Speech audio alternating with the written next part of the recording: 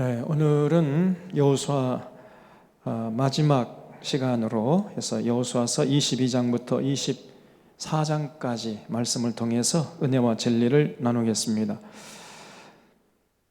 이제 여호수아가 한 6년 정도, 5년 6년 정도 이제 모세의 후계자로 리더십을 이양받아 가지고 결국은 이스라엘 백성들 이끌고 가나안 땅에 들어왔죠. 그래서 한 5, 6년 정도 정복 전쟁을 통해서 이제 가나안 땅을 점령하고 그 점령한 땅을 아주 공평하게, 아주 공정하게 분배했다 그랬어요.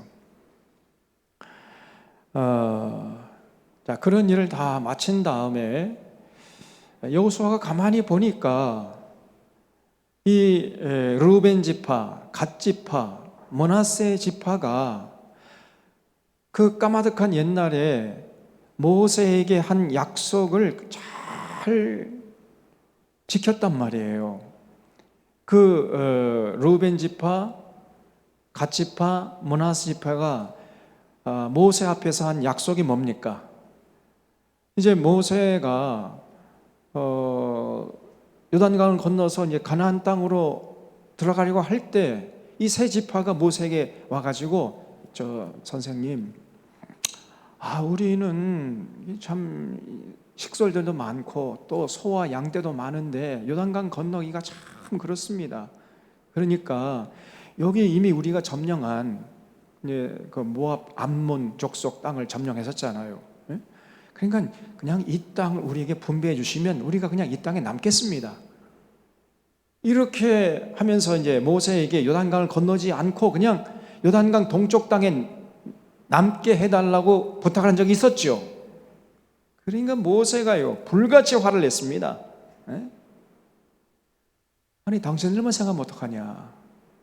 당신들 여기 남으면 나머지 9지파는 그러면 사기가 저하될 거 아니냐?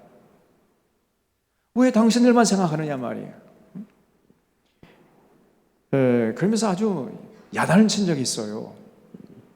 어디에 나옵니까? 민수기 32장 보세요. 민수기 32장.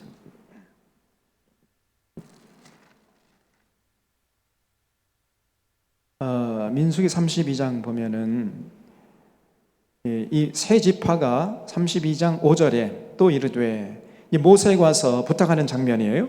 우리가 만일 당신에게 은혜를 입었으면 이 땅을 당신들의 종들에게 그들의 소유로 주시고 우리에게 요단강을 건너지 않게 해 주시옵소서, 이렇게 부탁을 했어요.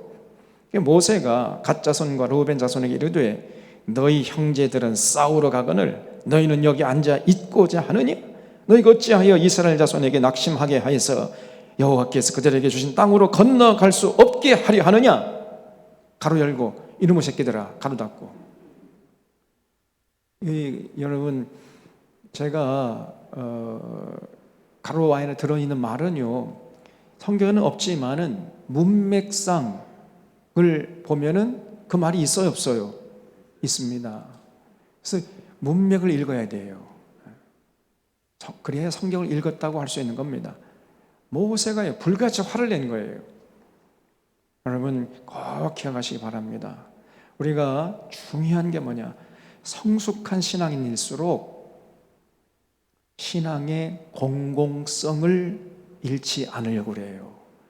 그 단어를 꼭 기억하십시오. 신앙의 공공성. 거기 적어놓으세요. 이렇게 공공성. 그 신앙의 공공성을 추구하는 자가 성숙한 신앙인이고 진짜 신앙인이에요. 다시 말하면 자기만 생각하지 않는 거예요.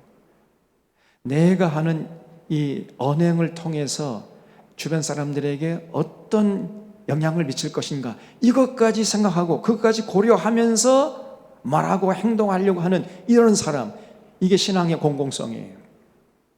그래서 내가 하는 이 말을 통해서, 내가 하는 이 행동을 통해서 우리 주변 사람들이 어떤 피해를 당할 것인가, 어떤 유익을 당할 것인가, 내가 하는 이 일을 통해서 과연 세상은 더 삭막해질 것인가 아니면 더 풍성해질 것이냐, 이것을 고려하면서 살아가야 됩니다, 여러분.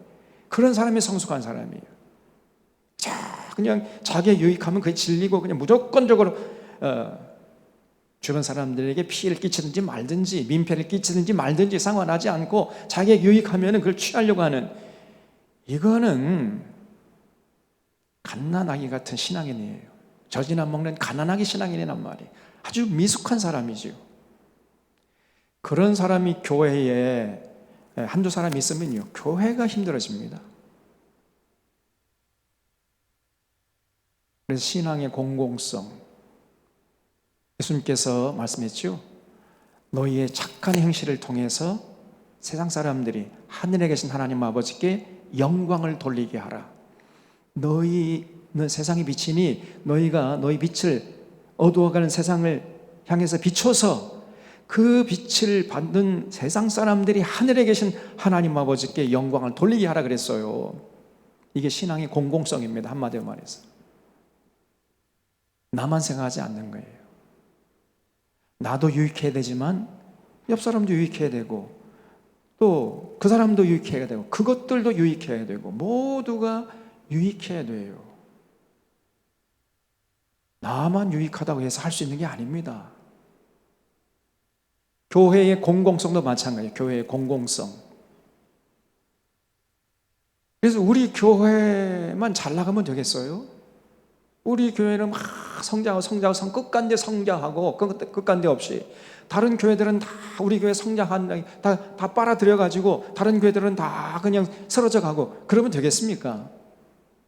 그런 교회를 뭐라고 그래요? 암적인 존재라고 합니다. 세습이 왜 그렇게 해로운 겁니까? 세습. 절대로 세습하지 말아야 할 이유가 뭐예요? 신앙의 공공성, 교회의 공공성을 해치기 때문에, 그렇기 때문에 세습이 악한 것입니다. 세습해가지고 대형교회 세습하면 다른 세상 사람들이 교회를 보고 저 교회 저게 북한하고 똑같다 저거. 예? 북한 정권도 계속 세습하잖아요. 근데 대형교회가 세습하게 되면은 그 세습의 본질이 뭡니까? 부와 명예와 권세를 세습하는 거예요. 가난한 교회, 저 시골 교회에서 세습하면은 그 세습은 누가 뭐라고 하겠습니까? 근데 가난한 교회에서 세습 별로 안 이루어져요. 어디서 주로 세습이 이루어지지요? 대형 교회에서 세습을 하려고 그래요. 뭐 그냥 목에 칼이 들어도 세습하고 있잖아요 지금. 왜 이렇게 그냥 목숨 걸고 세습하려고 하는 겁니까? 진리를 수호하기 위해서 그냥 목숨 걸고 세습하는 거예요? 그게 아니고 부와 명예와 권력, 이거를 다른 사람들에게 넘길 수 없다. 소위 말해서 기득권의 세습인 것입니다. 그래서 악한 것이에요. 그러니까 세상 사람들이 다 손가락질하고 교회가 저명저꼴이다. 그래서 생각 있는 사람들은 교회를 다 떠나버립니다. 교회의 공공성을 해치고 있잖아요. 여러분, 항상 우리가 이런 면에서 생각하고 언행 심사를 조심해야 돼요. 나 혼자만 살아가는 게 아니잖아요. 우리 모두가 다 같이 평화롭게 살아가는 것이 하나님의 뜻 아닙니까? 이 당시에 이 르우벤과 갓과 므낫세 지파가 여기까지 생각이 미치지 못했던 거예요. 그러니까 신앙이 좀 미숙했던 거지요. 그래서 이 모세가 막 불같이 야단쳤습니다. 그러니까 민수기 32장으로 다시 돌아가서 그러니까 이 사람들이요, 여기 16절에 보면 32장 16절에 그들이 모세에게 가까이 나와 이르되 우리가 이곳에 우리 가축을 위하여 우리를 짓고 우리 어린 아이들 위하여 성을 건축하고 이 땅에 주민들이 있으므로 우리 어린 아이들은 이 견고한 성읍에 거주하게 한 후에 우리는 무장하고 이스라엘 자손을 그곳을 인도하기까지 그들의 앞에서 가고 이스라엘 자손이 각기 기업을 받기까지 우리 집으로 돌아오지 아니하겠사오며 우리는 요단 이쪽 곳 동쪽에서 기업을 받았사오니 그들과 함께 요단 저쪽에서는 기업을 받지 않겠나이다. 무슨 말이죠? 선생님, 그러면 선생님 말씀이 지당하십니다. 그럼 우리가 선생님께서 이 땅을 우리 기업으로 주신다면은 우리 아이들, 우리 처자들은 여기다 다 남겨놓고 우리들은 그 최전선에 서가지고 목숨 걸고 가나안 전쟁에 임하겠습니다. 그래서 가나안 정복 전쟁이 다 끝날 때까지 절대로 돌아오지 않겠습니다. 이렇게 그냥 약속했어요.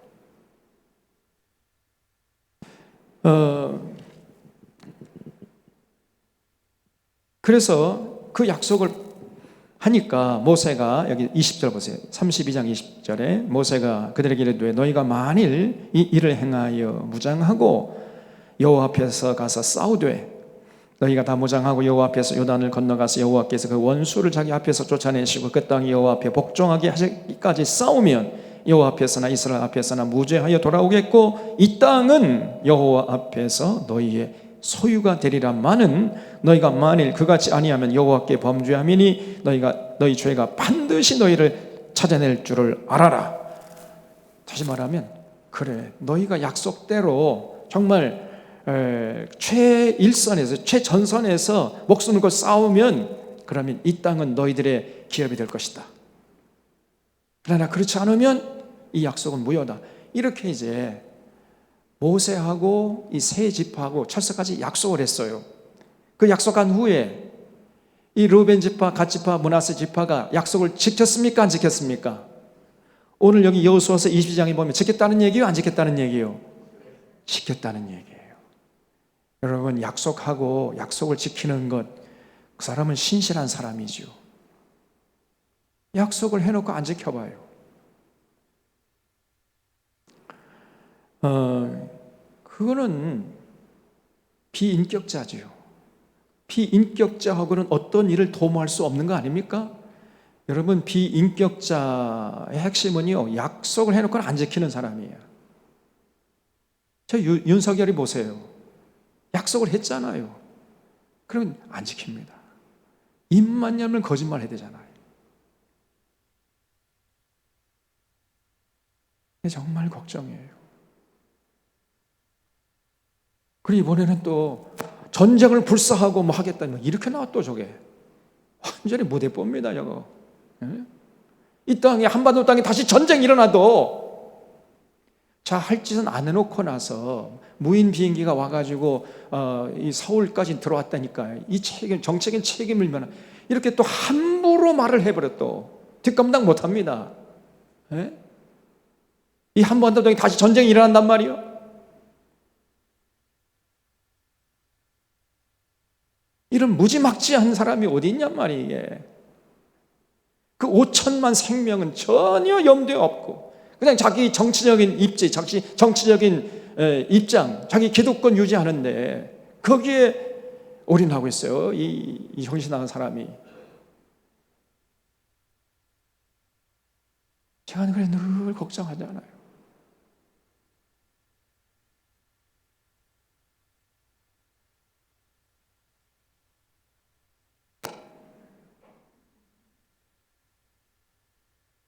여러분, 그런 비인격자들은 멀리하는 게 상책이잖아요. 그래서 인격의 핵심은 약속입니다. 근데 이제 이 르우벤 지파, 갓 지파, 므낫세 지파는 참 인격자들이었죠. 철저히 지켰단 말이에요. 그래서 가나안에 들어가면서 최전선에 서가지고 목숨을 걸고 싸워가지고 가나안 땅을 점령했단 말이에요.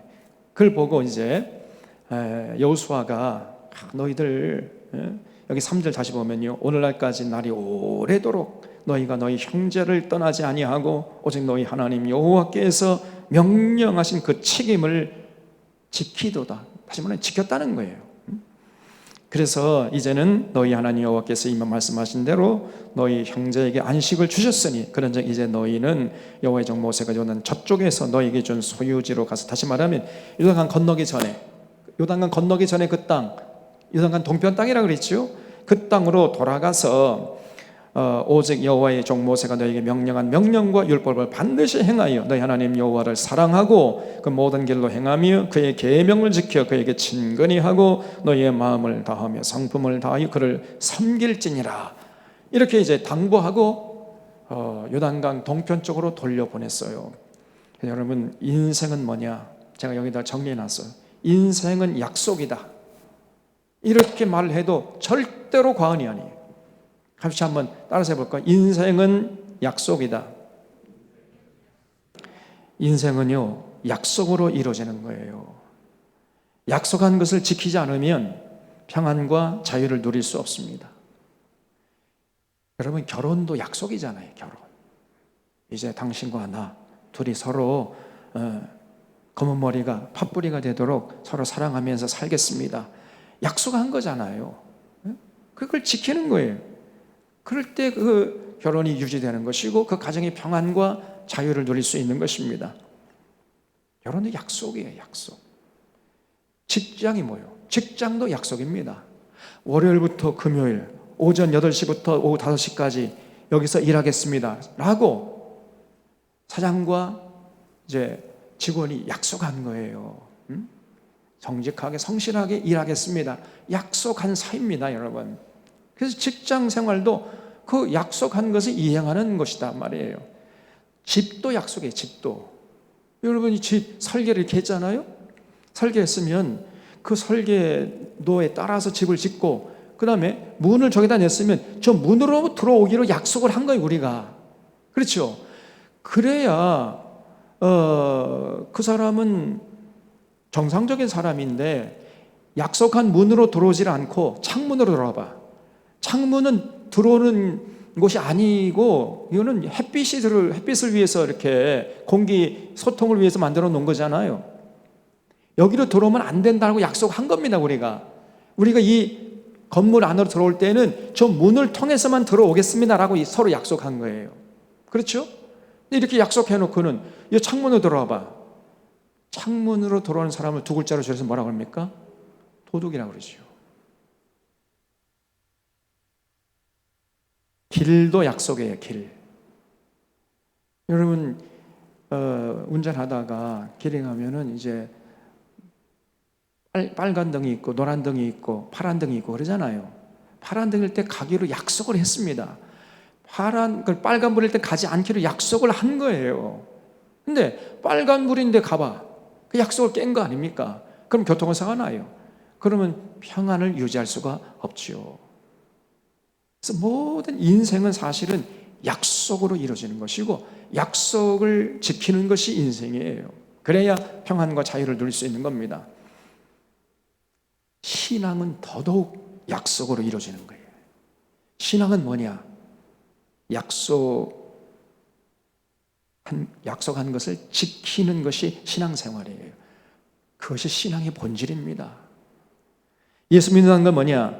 하나님과 약속의 관계로 들어간다는 것을 의미합니다. 이것을 언약 백성이라고 그래요. 예수 믿는 순간에, 예수를 마음에 영접하는 순간에 우리는 여호와 하나님과 약속한 사이가 되는 거예요. 뭘 약속했어요? 하나님께서 명령한 거 다 지키겠습니다.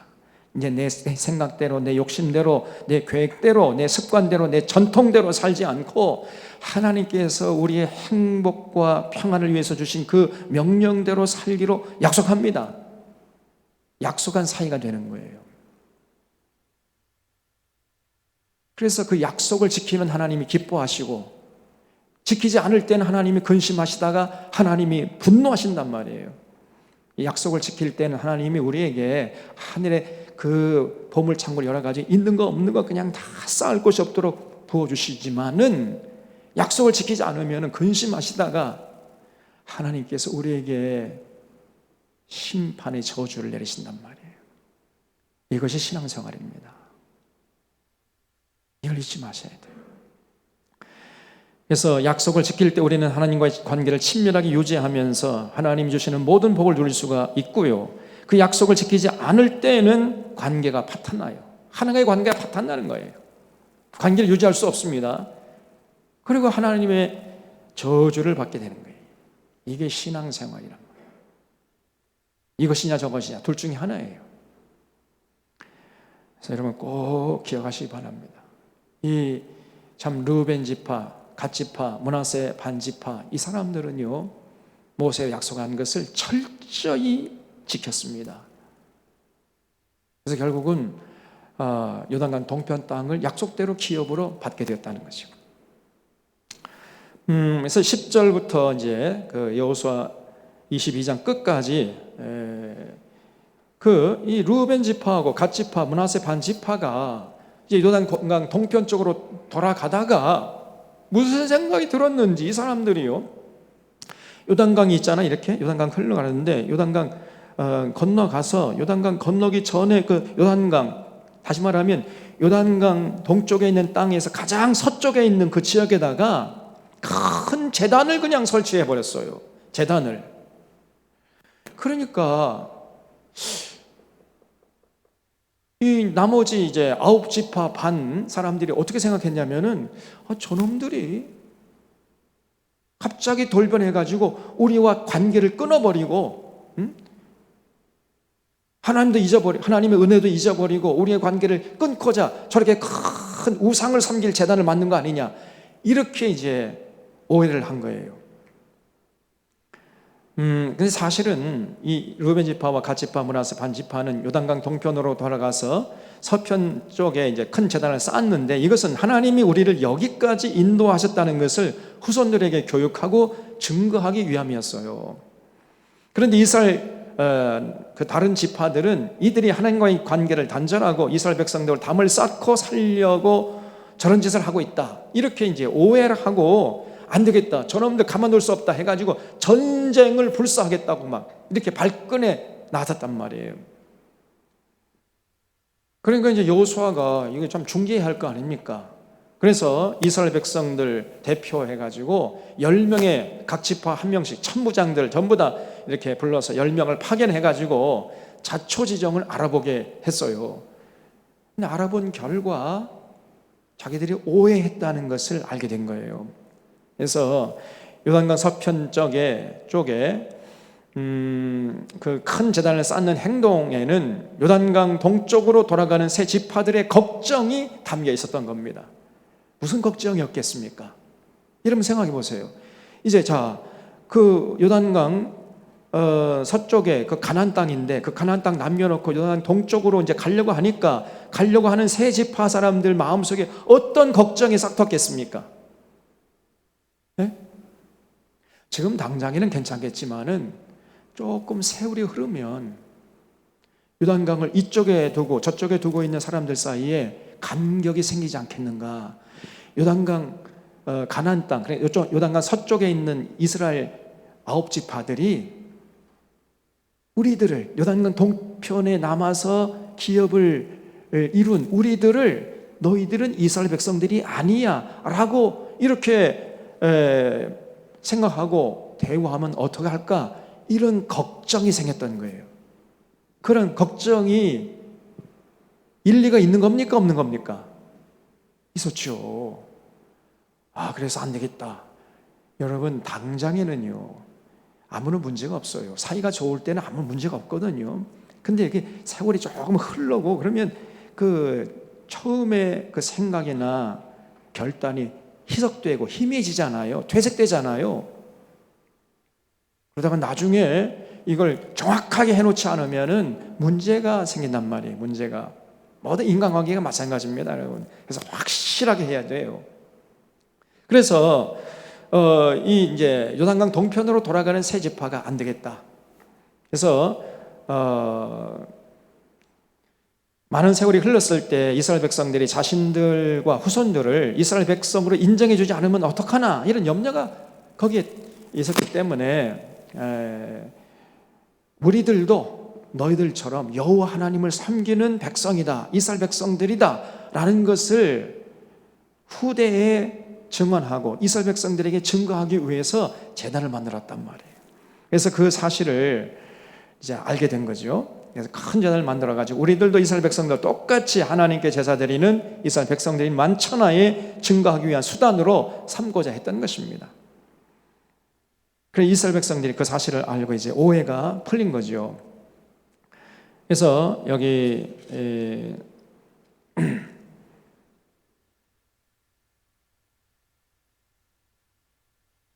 26절 보세요. 22장 26절에 우리가 말하기를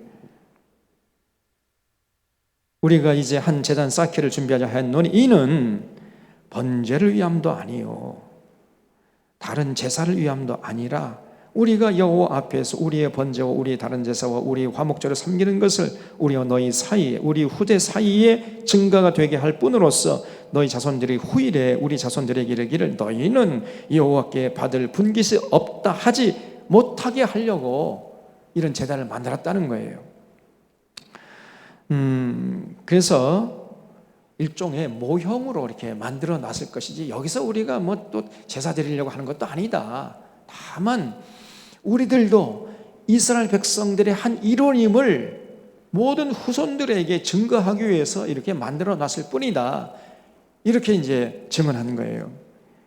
그 사실을 알고 이 30절 보세요. 제사장 비누아스와 그와 함께한 회중의 지도자들 곧 이스라엘 천천의 수령들이 르우벤 자손과 갓 자손과 므낫세 자손의 말을 듣고 좋게 여겼다. 무슨 말이죠? 오해가 풀렸다는 거예요.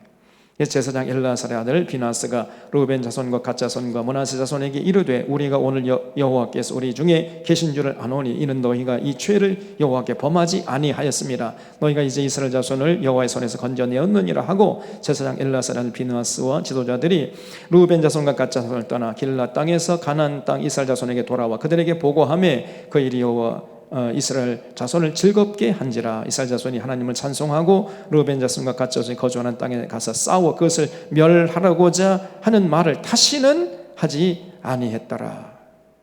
그렇죠? 그래서 오해가 풀렸습니다. 여러분, 그래서 이 사실은 우리가 살다 보면요 종종 오해를 살 수가 있어요. 그럴 때가 있습니다. 나는 이렇게 말했는데 사람은 이상하게 받아들여가지고 많이 나를 경계하고요 뭐 표정이 좋지 않은 그런 경우도 있지 않습니까? 왜 그러냐면요 언로가 막혔기 때문에.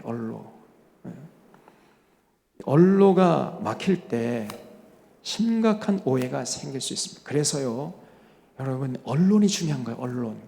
그 사회적으로 볼 때는 언론이 중요한 것이고 인간관계, 개인적인 인간관계 속에서 중요한 것은 대화입니다. 대화와 소통이 잘 이루어지지 않을 때에 결국은 오해를 사게 되고 그러게 되면 관계가 깨져요. 그래서 만약에 언로가 막혀가지고 오해가 생겼을 때는요 어떻게 해야 되는가? 빨리 대처해야 돼. 빨리 적극적인 대화를 통해서 진위를 파악하고 진심을 파악하는 과정이 필요합니다. 그래서 오해가 생기면 생길수록 빨리 만나야 돼. 중간에 제3자가 끼면 안 되고 둘이 빨리 만나서 내가 당신 이렇게 지금 오해를 했는데 이렇게 당신을 이해하고 있는 게 말이 맞느냐? 서로가 빨리 만나가지고 진솔하게 대화를 통해서 오해를 풀어야 됩니다. 사실은 아무것도 아닌 문제 가지고 서로 오해가 더 큰 문제를 만들고 그렇게 해가지고 그 속에 들어가서 결국은 헤어나지 못하는 사람들이 많아요. 정말 안타깝습니다. 사실 따지고 보면 아무것도 아닌 문제인데 왜 그러냐면 대화가 부족하기 때문에. 대화가. 옛날에 그 개콘에서 대화가 필요해 라는 그 코너도 있었죠. 저도 참 재밌게 봤습니다. 우리 대화가 필요해. 대화가 부족할 때 가정에서나 직장에서나 인간관계 속에서 대화가 원활하게 이루어지지 않을 때에는 반드시 오해가 생깁니다. 그럴 땐 빨리 적극적으로 대화에 임해야 돼. 그리고 좀 넓은 공동체, 이제 국가나 사회에서는요 언론이 중요하다 그랬죠. 언론. 그래서 언론이 곡피를 일삼으면요 그 나라, 그 사회 공동체는요 무너지게 되어 있습니다. 서로 오해하게 되고 서로 티격태격 싸우고 다투고 그러다가 결국은 그 나라가 내전에 이르게 되는 그런 경우도 있다니까요. 그래서 이 언론에 종사하는 사람들이 책임을 가지고 제대로 해야 되는데 문제는 오늘 이 나라가 언론이 또 부패했어. 조중동을 비롯해 가지고 조선일보, 동아일보, 중앙일보 또 일반 다른 언론들도 정말 이 정직한 정피를 구사하는 이러한 언론인을 찾아보기가 그런 언론사를 찾아보기가 너무나 힘든 세상이 되고 말았습니다. 거짓 뉴스가 횡행하고요. 아니면 말고식으로 그냥 뉴스를 해대는 거예요. 그냥. 이 나라가 문제의 근원이 바로 거기 있습니다. 그래서 여러분, 그래서 지금 이스라엘 백성들 가운데서도 그런 일이 있었단 말이에요. 9지파하고 3지파 사이에 이게 대화가 잘 안 되는 바람에 심각한 오해를 나가지고 서로 치고받고 큰 전쟁을 벌일 뻔했단 말이에요. 그러다가 적극적으로 대화해가지고 오해를 풀었다는 거죠. 그다음에 23장에 보면은 이제 여호수아가 나이가 많이 들었어요. 그래서 이제 자기가 살 날이 얼마 남지 않았다는 것을 생각하면서 마지막으로 이스라엘 백성들에게 유언적인 권면을 하는 내용으로 되어 있습니다. 그게 23장, 24장이에요. 23장 1절에 여호와께서 주위의 모든 원수들로부터 이스라엘 자손을 쉬게 하신 지 오랜 후에 여호수아가 나이 많아 늙은지라. 그래서 여호수아가 이제 나이가 많이 들었어요. 그래서 여호수아가 온 이스라엘 곧 그들의 장로들과 수령들과 재판장들과 관리들을 불러다가 그들에게 이르되 나는 나이가 많아 늙었도다. 너희 하나님 여호와께서 너희를 위하여 이 모든 나라에 행하신 일을 너희가 다 보았거니와 너희 하나님 여호와와 그는 너희를 위하여 싸우신 이시니라. 보라 내가 요단에서부터 해지는 쪽 대해에 남아 있는 나라들과 해지는 쪽 대해, 그런 지중해죠. 지중해. 그러니까 지중해까지 정복을 했다는 거예요. 남아있는 나라들과 이미 멸한 모든 나라를 내가 너희를 위하여 제비 뽑아 너희의 지파에게 기업이 되게 했느니라. 너희 하나님 여호와 그가 너희 앞에서 그들을 쫓아내서 너희 목전에서 그들을 떠나게 하시리니 너희 하나님 여호와께서 너희에게 말씀하신 대로 너희가 그 땅을 차지할 것이라. 그러므로 너희는 크게 힘써 모세의 율법 책에 기록된 것을 다 지켜 행하라. 그걸 주십시오. 그래서 여호수아가 죽기 직전에 마지막으로 남긴 유언적인 명령이 뭐냐면요, 하나님께서 여호수아가 모세의 후계자로 설 때 그 부탁했던 그 명령을 여호수아가 죽기 직전에 이스라엘 백성들에게 남겼단 말이에요. 그래서 모세의 율법책에 기록된 것을 다 지켜 행하라. 그것을 떠나 우로나 좌로나 치우치지 말라 그랬죠. 여호수아서 1장 한번 펴보세요. 여호수아서 1장.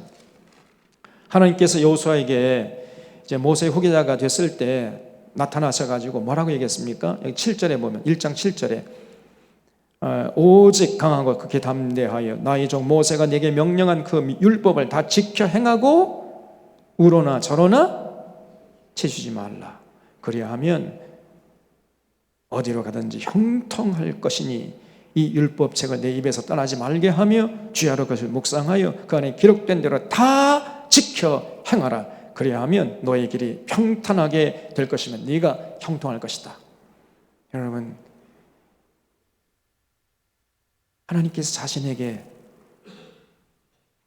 명령한 그 명령을 여호수아가 죽기 직전에 이스라엘 백성들이 똑같이 한 거예요. 똑같이. 나중에 보면요, 이제 다윗도 죽기 직전에 솔로몬에게 똑같은 얘기 합니다. 모세도 여호수아에게 했고 여호수아도 이스라엘 백성들에게 그렇게 했고 또 그 다음에 훗날 다윗이 이제 죽기 직전에 솔로몬에게 했고, 그래서 하나님의 명령은 어제나 오늘이나 내일이나 동일합니다. 그래서 우리가 예수님의 은혜로 구원받았다 하면 이제 남은 여생 어디에 신경을 써야 되냐면은 이제는 하나님께서 우리에게 우리의 행복과 평안을 위해서 주신 그 명령을 지키는데, 그 안에서 살아가는데 최선을 다해야 됩니다. 거기에 신앙의 열정을 불태워야 돼. 그런 사람이 온전한 신앙인의 모습이에요. 지금 여기 보세요. 너희는 열심을 다해서 주일날 하루도 빠지지 말고 예배 열심히 들어라, 기도 많이 해라, 헌금 많이 바쳐라, 이런 얘기 했어요? 그런 얘기 하지 않고 뭘 부탁했다고요? 뭐라고 그랬어요? 부탁의 핵심이 뭐예요?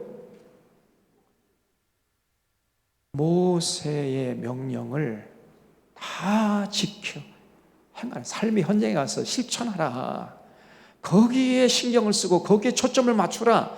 이렇게 지금 부탁한 거 아닙니까? 이런 부탁은 어제나 오늘이나 내일이나 똑같단 말이에요. 오늘도 마찬가지입니다. 예수님의 은혜로 구원받은 이제 예수 믿는 사람들은 뭘 해야 되느냐? 그냥 어떤 사람은 예배 중독에 빠진 사람이 있어요. 예배 중독. 예배는 열심히 나와. 그래서 제가 예배 빠지라는 말 아닙니다. 예배 나오는 건 기본이에요, 기본. 근데 그거 가지고 안 된다는 거예요. 그런 필요 조건인지 충분 조건이 아닙니다. 예배 열심히 드리고 기도 많이 해요. 한국교회 교인들이. 헌금도 많이 합니다. 전 세계 교회에서 한국 교회 교인들처럼 헌금 많이 하는 교인들이 없습니다. 근데 이제 문제는 열심히 예배드리고 기도 많이 하고 헌금 많이 받았으니까 나 할 도리 다 했다 이렇게 생각하는 거예요. 그리고 세상에 나가서는 자기 소견에 옳은 대로 세상 가르침에 충실해요. 자기 욕심대로 살아가 버려요. 전혀 하나님과 관계없이 살아버립니다. 하나님의 명령 전혀 염두에 두지 않고 그냥 살아가요. 그러다 와서 또 이제 예배 열심히 드리고 또 기도 많이 하고 헌금 많이 받았으니까 나 하나님 앞에서 신앙인으로서 할 도리 다 했다 이렇게 생각하는 거예요. 이것이 문제입니다. 그런 식으로 백날 신앙생활 해봤자 전혀 그 신앙의 행위가 하나님을 기쁘게 할 수가 없고 하나님 주시는 복을 받을 수가 없어요, 여러분. 그러한 신앙은 가짜 신앙이네, 가짜. 그런 신앙 정도는 귀신에게도 있다 그래요. 야고보서의 평가에 의하면은 그런 믿음 정도는 귀신에게도 있다는 겁니다. 귀신도 믿고 떠느니라 그랬잖아요. 대부분 한국교회 많은 교인들이 귀신의 믿음을 가지고 신앙생활하고 있단 말이에요. 저는 죽은 믿음입니다. 정말 신앙의 무게중심, 신앙의 초점은 어디에 가 있어야 되느냐 하면은 예수님의 은혜로 구원받았음을 확신하면서 그 예수님의 통치를 받아 예수님의 명령, 예수님의 그 완성된 율법을 삶의 현장에서 실천하는데 거기에 초점을 맞추고 신앙의 열정을 불태워야 돼. 그 예수님의 완성된 율법을 요약하면 두 가지죠. 하나님 사랑하고 이웃을 네가 네 몸을 사랑하는 것처럼 너의 이웃도 사랑하면서 살아가라. 더불어 살아가라. 이거예요. 이걸 언제나 잊지 않고 살아가는 거예요. 이 아까 조금 전에 말씀드린 신앙의 공공성과도 이게 연결되는 거죠. 그래서 이제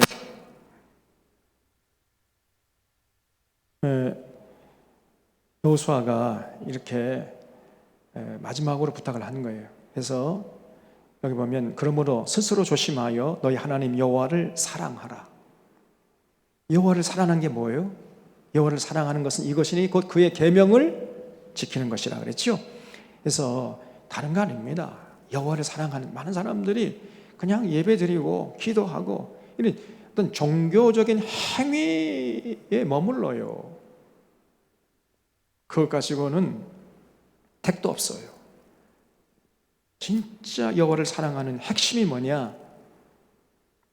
삶의 현장에 나가서 하나님의 명령을 지키려고 하는 거예요. 그것이 신앙의 핵심이고 본질이 나는 겁니다.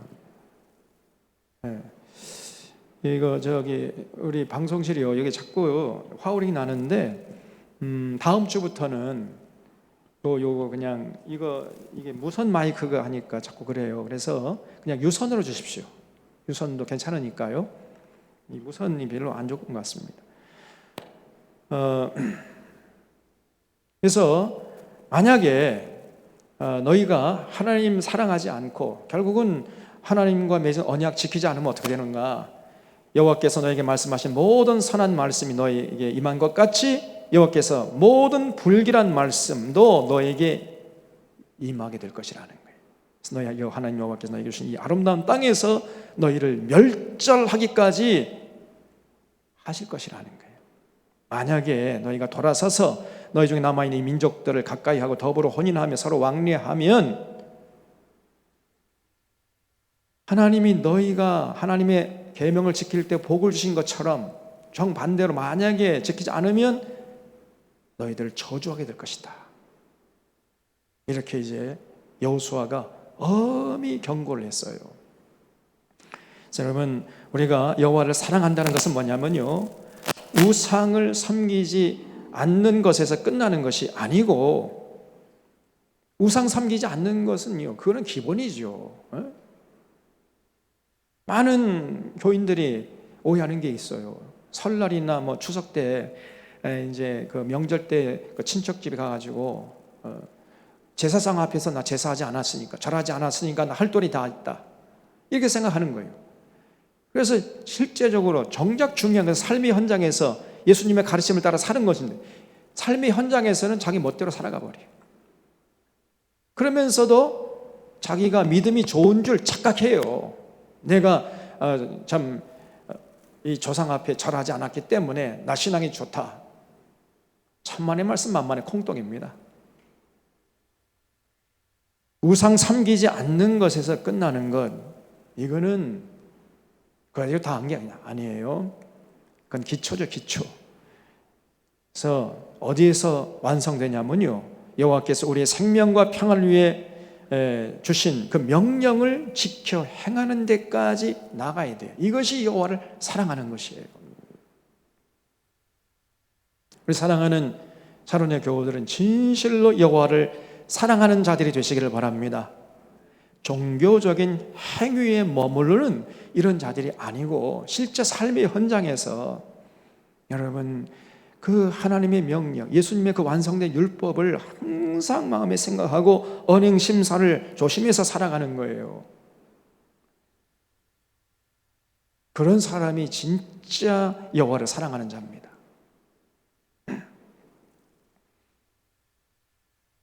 자, 그 다음에 24장에서는 이제 여호수아가 마지막 설교를 통해서 이스라엘의 결단을 촉구합니다.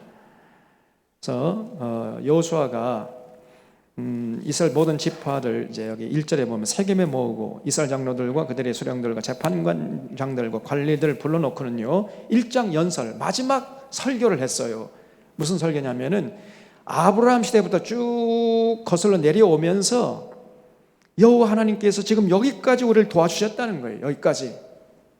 그래서 저 갑자기 까마득한 그 과거 아브라함 시대까지 거슬러 올라가가지고 쭉 이스라엘 역사를 이렇게 훑어 내려옵니다.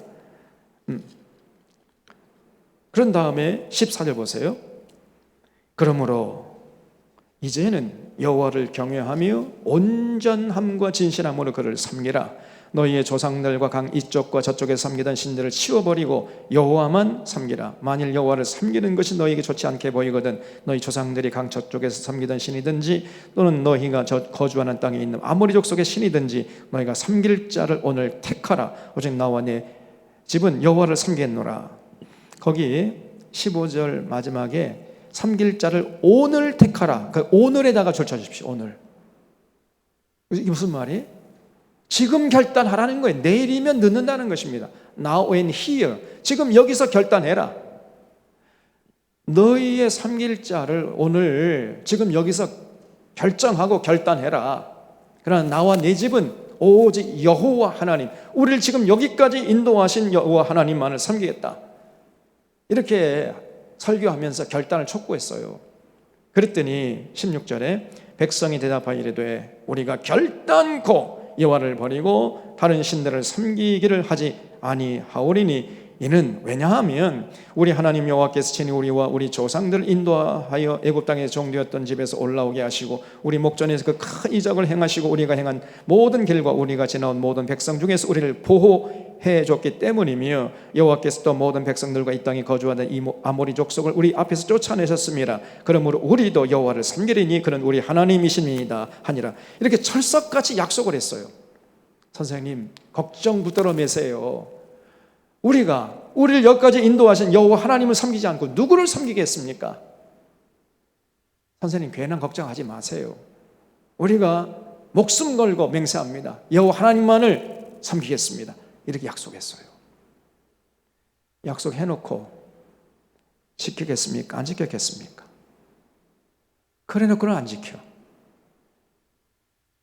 그러니까 아까 르우벤이나 갓지파, 므낫세, 반지파는 달랐어. 이 사람들이 여호수아 앞에서 철석같이 지키겠다고 약속을 해놓고, 그러니까 이 여호수아가요 이제 미심쩍어가지고 19절에서 또다시 이제 여호수아가 백성이 이르되 너희가 너희 여호와를 능히 섬기지 못할 것은 그는 거룩하신 하나님이시오 질투하는 하나님이시니 너희의 잘못과 죄들을 사하지 아니하실 것이라. 만일 너희가 여호와를 버리고 이방 신들을 섬기면 너희에게 복을 내리신 후에라도 돌이켜 너희에게 재앙을 내리고 너희를 멸하시리라 하니, 이렇게 또 경고하니까 백성이 여호수아에게 말하되 아닙니다, 우리가 여호와를 섬기겠나이다. 다시 한번 맹세해요. 23절에 여호수아가 이르되 그러면 이제 너희 중에 있는 이방신들을 치워버리고 너희 마음을 이스라엘 여호와 하나님께로 향하라 하니, 백성이 여호수아에게 말하되 우리 하나님 여호와를 우리가 섬기고 그의 목소리를 우리가 청종하리이다 하는지라. 또다시 약속을 했어요. 3번씩이나 약속을 했습니다. 그래 놓고는 그 후에 돌아서서는 까맣게 자신들이 약속한 것을 잊어버렸습니다. 그래서 여호수아는 이스라엘 백성들 앞에서 아브라함부터의 역사를 쭉 훑어 내려오면서 이 모든 역사가 하나님의 은혜였음을 고백했습니다. 그런 후에 누구를 섬길 것인지 이스라엘 백성들의 결단을 촉구했습니다. 그러니까 이스라엘 백성들은 여호수아 앞에서 하나님만 섬기기로 철석같이 약속을 했어요. 약속했으면 지켜야 할 거 아니에요. 근데 약속만 했을 뿐 그들은 지키지 않았습니다. 그래서 여기 31절에 보세요. 이스라엘이 여호수아가 사는 날 동안과 여호수아 뒤에 생존한 장로들 곧 여호와께서 이스라엘을 위하여 행하신 모든 일을 아는 자들이 사는 날 동안 여호와를 섬겼더라. 이렇게 되어 있죠. 그러니까 여호수아가 죽고 여호와께서 이스라엘을 위하여 행하신 모든 일을 아는 장로님들이 돌아가신 다음에는 지켰다는 얘기요, 안 지켰다는 얘기요? 안 지켰다는 얘기예요. 그러니까 여기 정확하게 번역하려면은 이스라엘이 여호수아가 사는 날 동안과 여호수아 뒤에 생존한 장로들과 여호와께서 이스라엘을 위하여 행하신 모든 일을 아는 자들의 사는 날 동안만, 동안에다가 만을 붙여주세요. 이게 정확한 번역이에요. 사는 날 동안만 여호와를 섬겼다는 거예요. 다시 말하면 그 후에는 안 지켰다는 얘기입니다. 그러니까 어떻게 되겠어요? 결과적으로 하나님께서 경고하신 대로 이스라엘 백성들에게 하나님의 저주가 쏟아졌던 거지요. 이스라엘 백성들이 여러분 쭉 나중에 역사를 보겠습니다만은 사사기 이후에 제사를 등한히 했기 때문에 하나님께 저주받은 게 아닌, 제사는 열심히 했습니다. 이 사람들이 재물도 많이 갖다 바쳤어요. 그런데 정작 중요한 하나님이 요구하시는 삶의 현장에 나가서 이스라엘 백성들의 생명과 평화를 위해 주신 율법은 지키지 않았습니다. 그냥 이방 우상들과 어울리면서 우상 앞에 절을 하고 그 우상 이 숭배자들이 전하는 대로 거기 따라서 살아버렸습니다. 바알 신앙, 바알이라는 게 풍요의 신이거든요. 잘 먹고 잘 살게 해준다 그러니까 그냥 거의 아멘 할래고 그냥 따라가 버렸어요. 그냥 그러다가 하나님으로부터 저주를 받은 겁니다. 이것이 구약 성경이에요. 그래서 여호수아와 갈렙이 하나님의 은혜로 요단강을 건너 가나안 땅에 쳐들어가서 가나안 땅을 정복했지만은, 그러나 철저한 정복은 아니었습니다. 많은 가나안 족속들을 쫓아냈지만은 쫓아내지 못한 가나안 족속들도 많았어요. 그래서 여호수아가 이스라엘 백성들을 가나안 땅에 정착시키라는 하나님의 사명, 혼신의 힘을 다해 완수했지만은 결정적으로 실수한 게 두 가지입니다. 첫 번째는 후계자를 세우지 않은 거예요. 후계자를 세우지 않고 그냥 죽어버렸어요. 그 결과 하나님과 맺은 언약을 이스라엘 백성들에게 또 가르치지 않은 것, 이게 두 번째 실수예요. 그러니까 어떻게 되겠습니까? 여호수아가 죽은 후에 이스라엘 역사는 곧바로 가나안 족속에 동화되어서 동거하다가 동화되어 가지고 타락해 버렸던 거예요. 남은 것은 하나님의 이제 저주의 심판밖에 없었던 것이요. 그래서 동화되어서 우상을 섬기는 암흑의 역사로 전락하고 말았던 것입니다. 그래서 인간은요, 아무리 철석같이 약속해도 인간은요, 아침 저녁으로 사람이 변해요. 믿을 수 없습니다. 조석 변개한다. 조석 변개. 아침 다르고 저녁 다른 거예요. 끊임없이 여러분, 그래서 철석의 약속을 한다 할지라도 세월이 조금 흐르잖아요. 그 약속이 변질되고 퇴색되고 타락하게 돼요. 그래서 끊임없이 하나님의 변치 않는 말씀 앞에 서서 우리의 마음과 생각을 새롭게 하는 작업이 반드시 필요한 것입니다. 이걸 조금이라도 등한히 하게 되면요, 어느 사이에, 나도 모르는 사이에 내가 변질되고 채색되고 타락해버리는 자신을 발견하게 된단 말이에요. 우리 마찬가지입니다.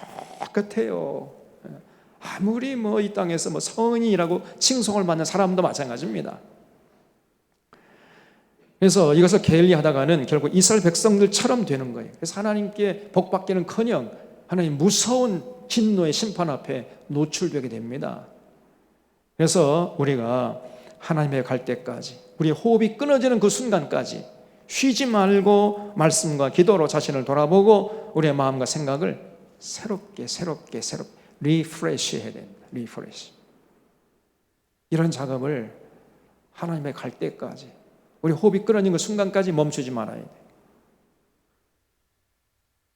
우리 사랑하는 사랑의 교우들이 바로 그런 인생이 될 수 있기를 바랍니다. 주님 다시 오실 때까지.